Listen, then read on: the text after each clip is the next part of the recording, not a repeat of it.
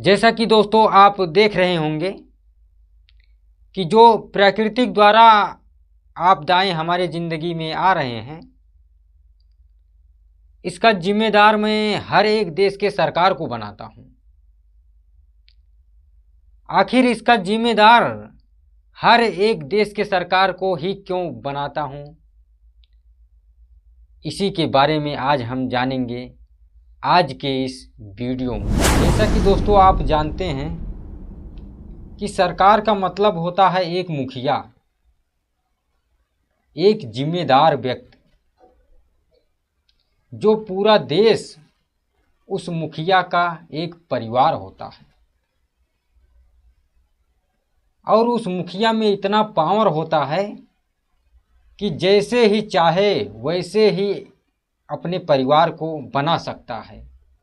जैसे वो चाहे जिस रास्ते पर चाहे उस रास्ते पर वो ले जा सकता है। उस मुखिया में इतना पावर होता है। अब वही सरकार हमेशा बातें करता है कि जलवायु परिवर्तन हो रहा है, पर्यावरण को बचाना है, प्रकृति को बचाना है, और इन्होंने पर्यावरण के बचाव के लिए प्रतिबंध भी लगा रखा है। ऐसी बात नहीं है, लेकिन यहाँ पर एक सवाल खड़ा होता है। वो सवाल क्या है कि यही मुखिया, यही सरकार जो अपने परिवार को पर्यावरण के बचाव के लिए संदेश दे रहा है, यही मुखिया खुद ही पर्यावरण के साथ खेल रहा है, प्रदूषण फैलाकर। यहां पर मैं हर एक देश की बात कर रहा हूं, क्योंकि प्रदूषण का जिम्मेदार हर एक देश है। प्रदूषण सरकार कैसे फैला रही है? विकास करके। जितने भी देश के सरकार लोग हैं, ये एक दूसरे की नकल करने में लगे हुए हैं।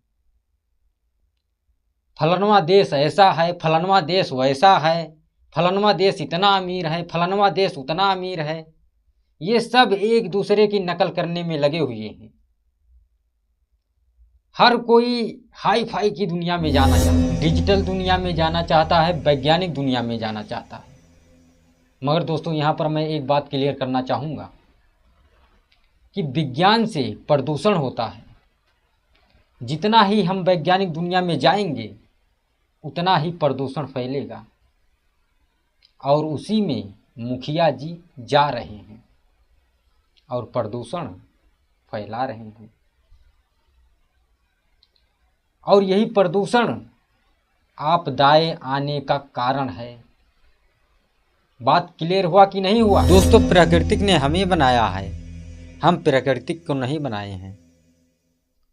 अगर हम उसके ऊपर चलने की कोशिश करेंगे ना, तो वो हमें नहीं छोड़ेगा।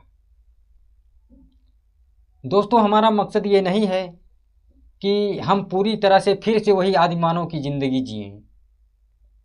हमारा मकसद है कि प्राकृतिक और विज्ञान को, दोनों को साथ में लेकर चला जाए। क्या है कि अभी के समय में हम पूरी तरह से टेक्नोलॉजी ज़िंदगी जी रहे हैं, विज्ञान की ज़िंदगी जी रहे हैं, और प्राकृतिक को बहुत पीछे छोड़ आए हैं। जिसने हमें बनाया है उसी को आज हम भूल गए हैं। तो ये चीज़ नहीं होना चाहिए।